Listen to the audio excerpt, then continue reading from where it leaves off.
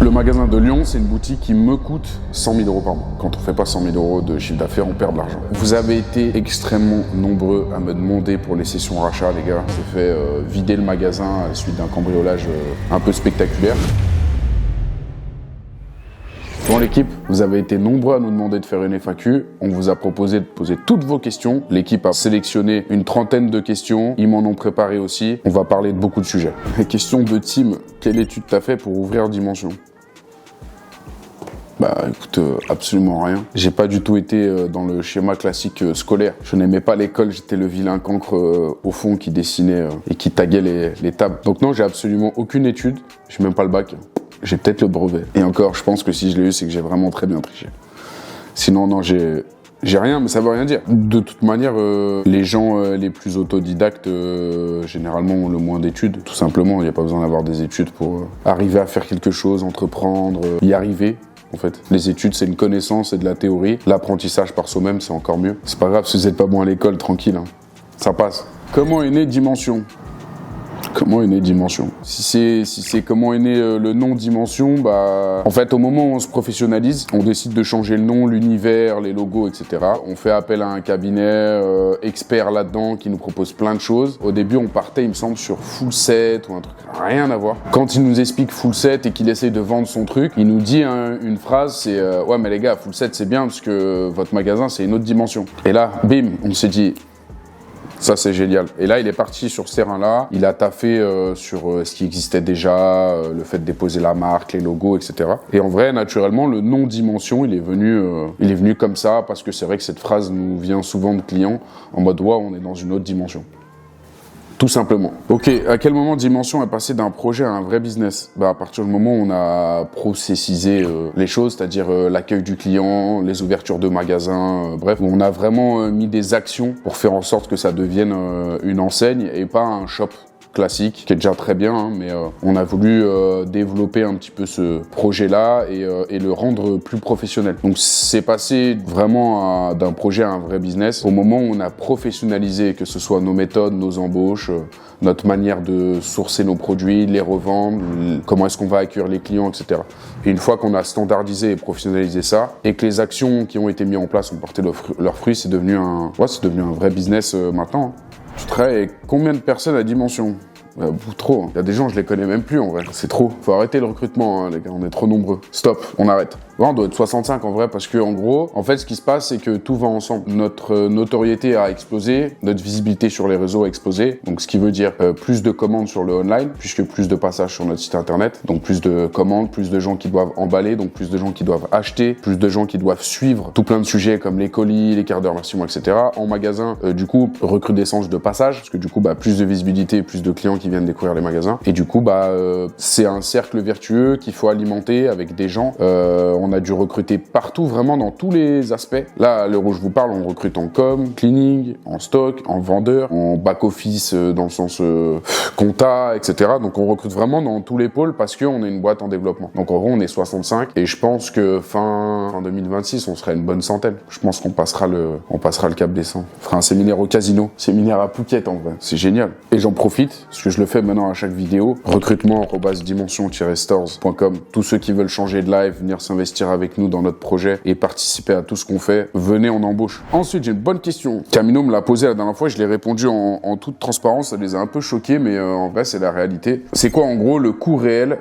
d'une boutique Dimension ? Alors, le coût réel d'une boutique Dimension, ça va dépendre où est-ce qu'elle se trouve. Là, en l'occurrence, on est au magasin de Lyon. Le magasin de Lyon, c'est une boutique qui me coûte, en termes de loyer, charges fixes, salaire, 100 000 € par mois. Donc, quand on fait pas 100 000 € de chiffre d'affaires, on perd de l'argent. Heureusement, ça arrive quasiment jamais, mais faut se dire qu'avoir une belle boutique, c'est bien, mais ça coûte énormément d'argent. Donc nous ici, en fait, le magasin de Lyon, c'est un magasin vitrine pilote où on gagne de l'argent. Ça, c'est aucun tabou. Mais c'est de loin le magasin qui a le plus de frais et de charges parce que c'est là où il y a le plus de monde. C'est là aussi où on gère l'approvisionnement pour tous les magasins. À Lyon, il y a quelqu'un qui rachète toute la semaine. Donc ouais, c'est un magasin qui a une forte charge en termes de coûts. Après, t'as d'autres choses. Par exemple, Villefontaine, pour nous, c'est une exposition incroyable dans le sens où Villefontaine, ça coûte extrêmement extrêmement cher en termes de loyer et de charges, mais par contre, je fais beaucoup de chiffre d'affaires. Donc en gros, à la fin du mois, tu as 300 000 € sur le compte, tu te dis, ah génial, une fois que les salaires et le loyer passent, il n'y a plus rien.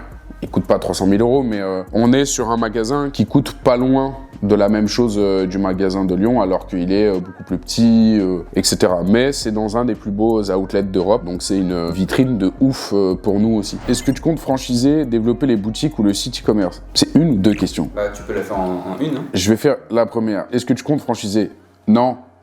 Jamais de la vie. Trouver des gens qui incarnent mon projet, avec qui je vais peut-être m'associer en mode gérant, etc. Aucun problème. Franchiser, jamais de la vie. Je viens de ce milieu-là dans le fitness. C'est trop compliqué d'incarner les valeurs de quelqu'un. Typiquement, moi, j'ai un truc tout bête où je suis daltonien, donc je vois très peu les couleurs. Donc les magasins, ils sont orientés dans cette DA-là. Ça peut ne pas plaire à quelqu'un qui va, par exemple, demain j'ouvre une franchise, prendre la franchise en Bretagne. Bah lui, il va voir les couleurs et il va pas aimer ma DA, même s'il fait partie du réseau. Et il va pas mettre le vert, il va mettre du bleu. Et là, tu dénatures ton produit et c'est comme ça que, voilà, c'est trop compliqué. Les seules franchises qui tournent bien, c'est les McDonald's, les compagnies. Moi, ça m'intéresse pas. Je suis toujours intéressé par les projets après. On l'a fait à Chambéry. C'est la première fois qu'on ouvre avec un associé, chouette client de Chambéry. Il a fait l'opportunité pour son fils et en vrai, on a ouvert tous les deux du coup. Voilà. Mais pas de franchise. Développer les boutiques ou le site e-commerce. Ok, c'est une bonne question parce que c'est pas moi emballer des colis, c'est pas mon métier. Hein. J'y éprouve absolument aucun plaisir, mais je suis en train d'évoluer dans le sens où grâce à Whatnot, les lives, TikTok, je découvre les gens d'internet. Je suis en train de changer un petit peu d'avis où je me dis que en effet, une commande internet, c'est pas juste une commande d'un mec sur un site internet, c'est un mec qui connaît qui on est, ce qu'on fait, etc. et qui participe à notre projet sans être proche de l'un de nos magasins. Donc je suis en train d'évoluer. Après, nos boutiques ne deviendront jamais une plateforme d'envoi de colis. On restera toujours des magasins où on serre des mains, on accueille des gens, on met bien, on travaille sur les odeurs dans les magasins, le son, etc. Donc le défi, le challenge, c'est plutôt les deux. C'est-à-dire qu'on développe et les magasins et le site internet. C'est pour ça que ça prend du temps. En soi, avec la notoriété qu'on a, on pourrait ouvrir 10, 15 magasins d'un coup et par an. Mais je préfère y aller step by step et chaque ouverture, bien le faire, bien le réfléchir et prendre le temps de pas faire trop vite et n'importe quoi. De Tom. Comptes-tu ouvrir une boutique sur la Côte d'Azur? Bah, en vrai, on a déjà Marseille. Hein. Mais oui, après, je sais qu'on est énormément demandé à Nice. Moi, j'ai vraiment le souhait que ce soit l'une de nos ouvertures 2026. On avance timidement sur le projet parce que on a plein de choses qui ont explosé entre-temps. Donc, ça ralentit forcément les ouvertures de magasins. Mais je pense que l'un de nos premiers magasins côté Nice, Cannes, etc., ce sera à Nice. Parce que il y a un gros besoin. Il y a un gros besoin à Nice et c'est typiquement une ville qui colle à notre projet de par la ville en elle-même, en fait, qui est très porté sur le commerce, les gens, la diversité, etc. Donc ouais, de ouf. S'il y a un chouette local commercial à Nice, envoyez-moi un message sur mon Insta, il n'y a pas de souci. Un déclic qui a changé dimension, je pense la politique actuelle en ville à Lyon, parce qu'en fait, comme tout commerce, même nous, même avec notre visibilité, on a eu un passage en berne et en baisse, avec des mois et des saisonnalités qui auraient pu nous effrayer. Et en fait, grâce à ça, on a pu se focaliser sur Internet, c'est-à-dire développer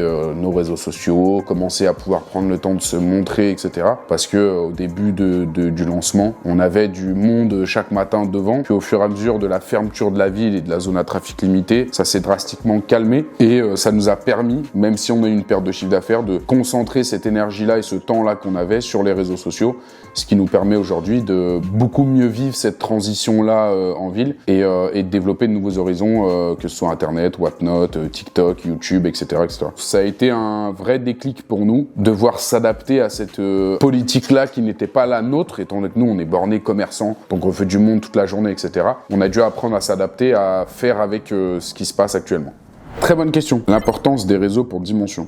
Alors, ça a toujours été un secteur qu'on a privilégié, la communication et les réseaux. Pour info, dès qu'on a ouvert le magasin de Lyon, on avait autant de gens en communication que de gens en bas, puisque ça a toujours été pour moi un sujet hyper important dans le business. Je pense qu'aujourd'hui, le digital, de toute manière, c'est plus important que tout le reste dans la vision business. Nous, par exemple, aujourd'hui, on a une exposition telle que c'est comme si on faisait de la pub, en gros, au JT de 20h sur TF1. Donc, on a bien investi au bon moment. Pour moi, c'est ce qui est le plus important, parce qu'en fait, les réseaux sociaux, c'est ce qui va permettre d'expandre vendre ce qu'on fait, de le développer, de le faire écouter là où on n'est pas forcément ouvert. Typiquement à Lyon, tout le monde nous connaît, mais sans les réseaux sociaux, à Nantes, personne connaît le nom Dimension. Alors qu'aujourd'hui, je sais que dans à peu près toutes les villes de France, on arrive à connaître, où il y a toujours quelqu'un qui peut nous connaître, nous identifier. Pour moi, les réseaux sociaux, c'est ce qu'il y a de plus important aujourd'hui dans le business, parce que on partage une passion. Nous, on est là pour la passion, au-delà du business en lui-même. Et en fait, c'est un chouette moyen de le partager, de le mettre en avant et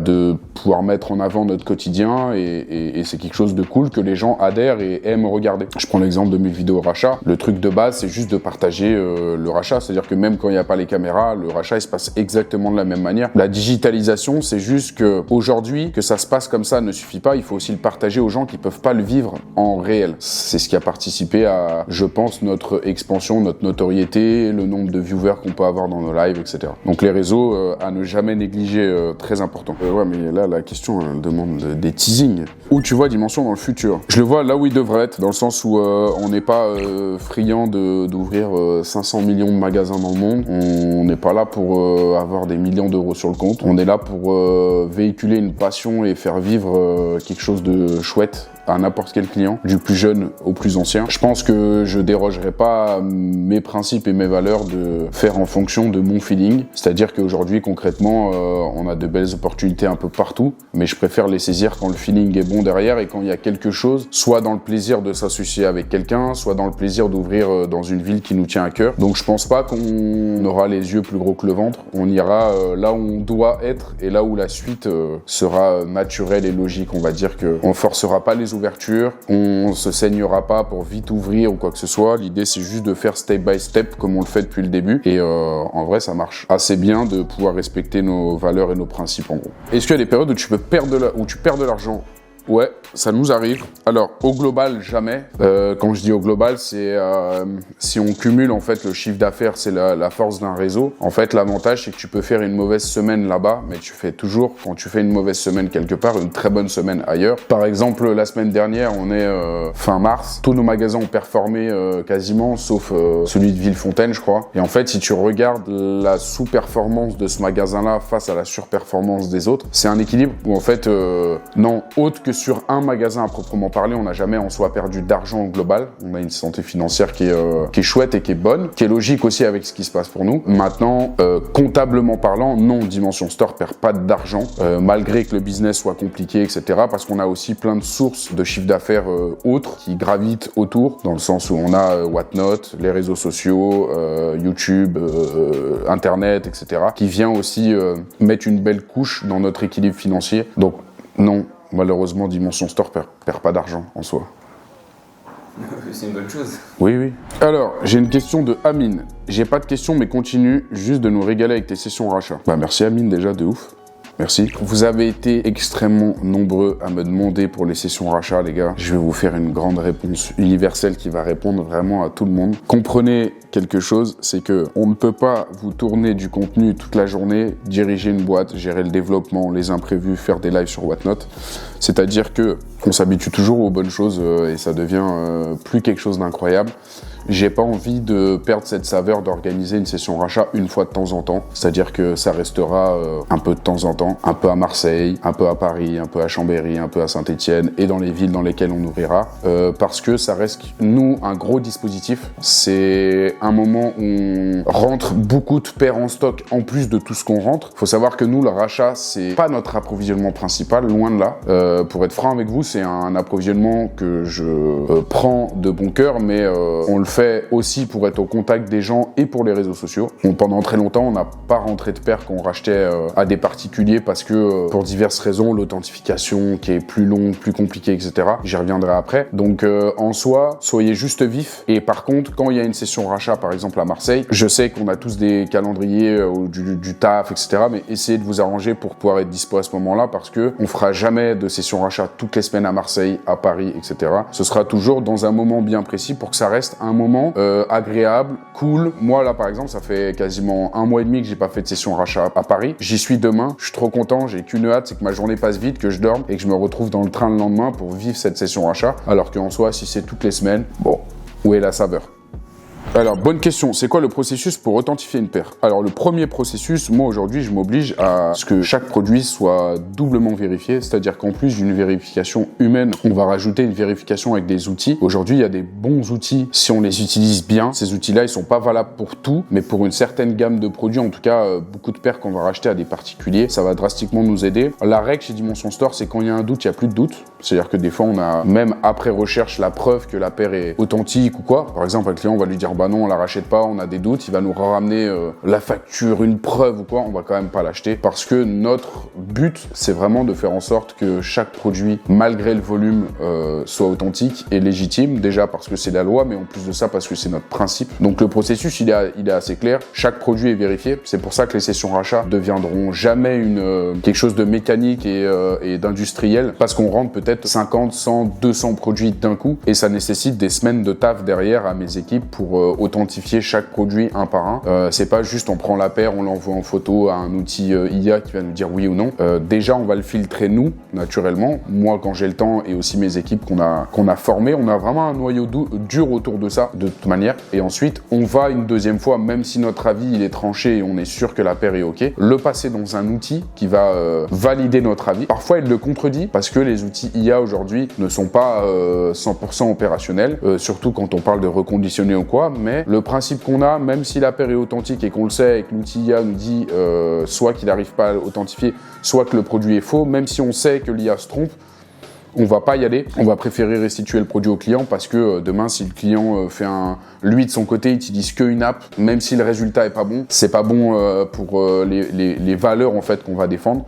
Donc l'authenticité, c'est un sujet qui nous coûte beaucoup d'argent, mais qui est hyper important pour avoir cette notoriété-là qui est saine et bonne. C'est pour ça que les gens achètent beaucoup chez nous et pas forcément dans d'autres endroits. La question de l'authenticité, en tout cas chez Dimension Store, elle se pose pas. Question hyper intéressante qu'on propose à peu près 700 milliards et demi de fois par jour. Est-ce que Finesse est ta marque? Malheureusement, non, les gars, je sais que vous aimeriez bien. Question de Hugo, est-ce que tu peux nous parler un peu plus du Fresnel Family?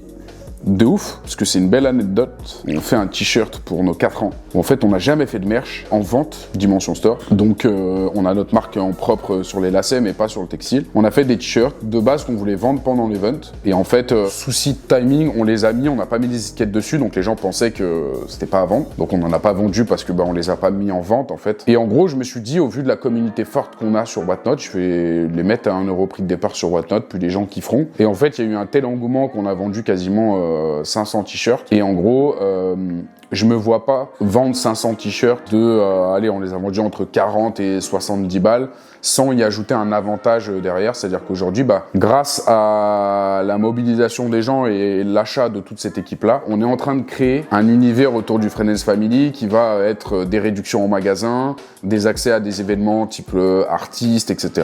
Des gives, peut-être par mois, par trimestre, etc. C'est cool qu'un projet qui n'était pas destiné à ça prenne cette ampleur et du coup nous force nous à être dans nos retranchements et créer un univers autour de ça. C'est ce qu'on aime faire de toute manière. Donc le Fresnel Family pour moi ça représente les gens qui nous donnent de la force en réalité à travers un vêtement où on a essayé de faire le meilleur t-shirt possible en termes de grammage, de coupe, de logo, pas juste un merch de magasin. Je suis fier de croiser des gens dans la rue avec que je connais même pas de toute manière. Donc restez branchés sur le Fresnel Family, ça va être ouf en vrai. Il est où le site pour commander?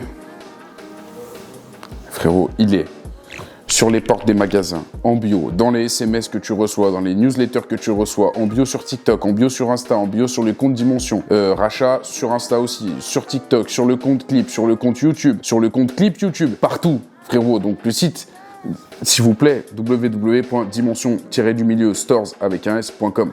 Basta, fin. Casse les couilles à toujours me demander le nom du site, les gars, c'est pas compliqué. Très bonne question de Andrea, la discrétion. Est-ce que c'est vrai que le patron a une sœur incroyable? Alors Andrea, c'est ma sœur. Donc c'est très intelligent de sa part. Oui, c'est vrai que le patron a une sœur incroyable qui me soutient dans mon projet. C'est la plus incroyable, attention, parce que c'est ma sœur. Et je suis très content et fier de pouvoir vous dire que Dimension, c'est aussi tout plein de gens. C'est-à-dire que c'est moi que vous voyez sur les réseaux, mais il y a tout plein de gens qui m'accompagnent dans le quotidien. Vous la voyez notamment sur Whatnot. Les lives Whatnot, si je suis tout seul, il n'y a pas de live. Parce que moi j'anime, mais il faut m'envoyer les produits, les emballer, etc. Donc ouais, il y a plein de gens incroyables, surtout la sœur du patron, parce que sinon elle va me taper sur les doigts.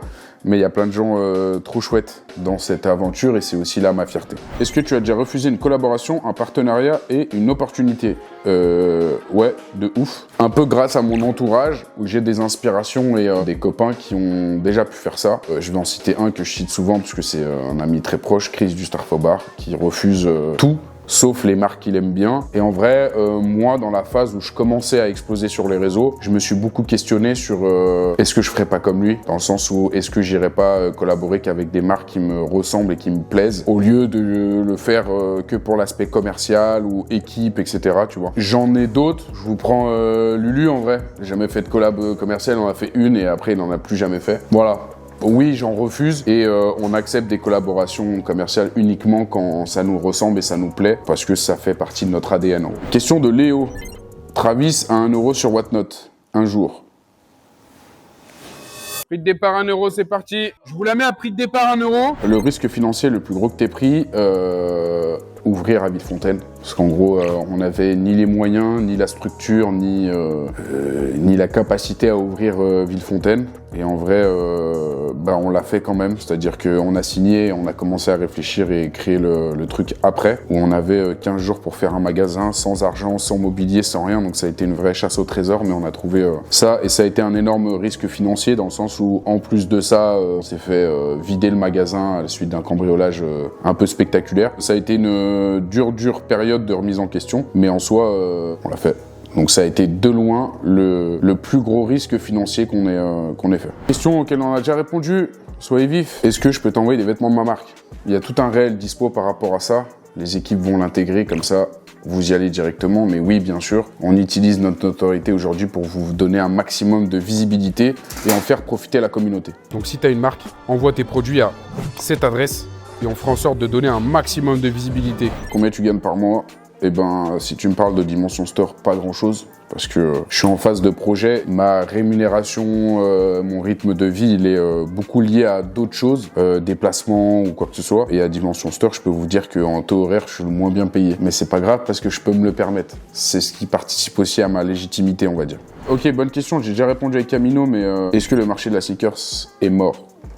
Pas du tout, il a juste très bien évolué dans le sens où on est revenu à la sneakers passion. Avant, on était dans un business argent, et maintenant on est revenu à la base où les vrais passionnés peuvent se permettre de s'acheter les paires qu'ils souhaitent. Quand ça sort, il y a très peu de produits sold out. Même les produits sold out derrière, ils sont revendus pas cher ensuite. Donc non, pour moi, il a juste évolué et pour moi, il a évolué dans le bon sens du terme où les prix ont drastiquement baissé, tout est plus abordable, etc. Et en tant que passionné, parce que je reste le meilleur client des magasins, hein, j'adore les baskets. Pour moi, c'est une bonne chose. Je pense que tous les shops de sneakers qui ont fermé et qui ont laissé penser que le resell était mort, etc., pas du tout. Je pense que les shops qui ont ouvert à but vraiment financier, de s'enrichir, où il n'y avait pas de passion mais que l'argent, ils ont tous fermé et le peu qui reste vont fermer. Par contre, les shops dans lesquels on parle vraiment de passion et où il y a tu vois, une sélection de produits derrière les modèles, etc., ils ont un bel avenir devant eux, ça c'est sûr. Est-ce que tu t'es dit, c'est soit ça marche, soit tu perds tout? Bon, en toute franchise, je pense que vous aimeriez entendre autre chose, mais non, parce que on l'a fait avec réflexion. Donc non, si le premier magasin de Lyon ne marchait pas, on se serait pas retrouvé non plus à la rue, on n'a pas d'emprunt bancaire, etc. Par contre, ça aurait fait mal je pense que j'aurais décroché de ma passion et j'aurais pas su animer ce lien que j'ai avec la culture, la sneakers, le rap, etc. Donc j'aurais perdu une partie de moi. J'enchaîne, autre bonne question, ta plus grande fierté? La plus grande fierté, c'est de pouvoir bosser avec des gens qui me sont chers, ma femme, ma sœur, des copains, des amis d'enfance, etc. On a pu ramener dans le projet Dimension et aujourd'hui, je suis fier de me dire que c'est grâce à ça qu'ils peuvent vivre leur quotidien, etc. Bon les gars, j'ai essayé de répondre à un maximum de questions. Je peux pas répondre à tout, sinon la FAQ elle dure 8h20. On vous a gardé pas mal de questions de côté, on fera une version 2. Si vous avez d'autres questions, comme d'hab, vous mettez en commentaire. On les sélectionnera en fait les plus pertinentes. Merci pour la force, merci pour les j'aime, pour les partages, pour les vues et pour tout ce que vous nous donnez au quotidien. Dimension, c'est grâce à vous. Merci infiniment.